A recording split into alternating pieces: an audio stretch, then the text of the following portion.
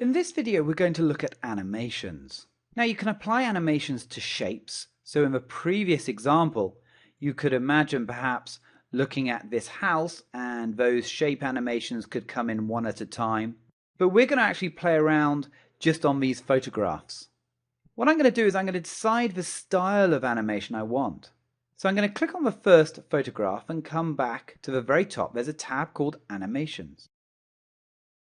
Now there's a whole host of animations available, but you can see that I can't actually witness the live preview.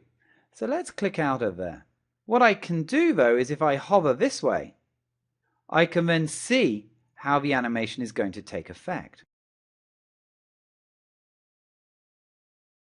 If I want to look at any of the other items, all I need to do is scroll down. Now notice we've got different colors. We've got green, we've got yellow, and also we've got red. The green is how the photo or shape is going to enter. The yellow is then allows you to provide emphasis to that shape. And then finally, the red is an exiting style. You also have the ability to put motion paths in. Well, let's take a look. Let's scroll down here. And let's see what happens if we get it to do a loop or a custom path, which is what we'd be building manually. See, there's a whole host of options providing animation, and with a bit of imagination, your slide can be very powerful.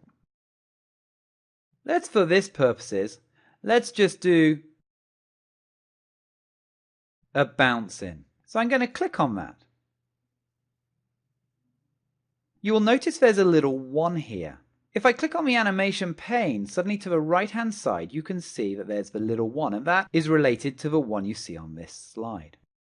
Now I could choose a different style of animation for this photo and for this one in a similar way, but what I'm going to do is I want some consistency, so I'm going to select the slide and you'll see I've got the animation painter.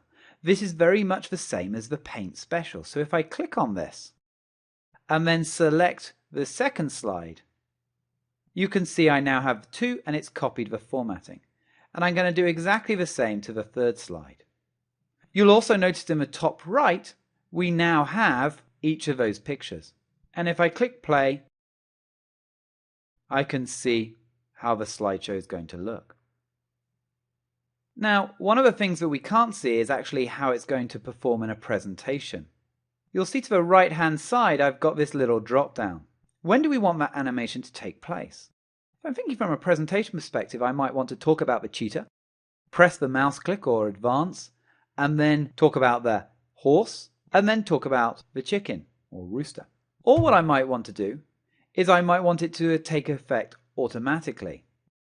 So I have the options of start on click, start with a previous, so it's all at the same time, or I could put a timing, a delay.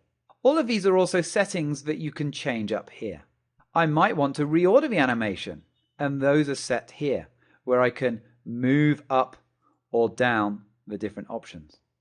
So there's a lot of control that allow you to create a presentation to provide animation and when that animation takes place.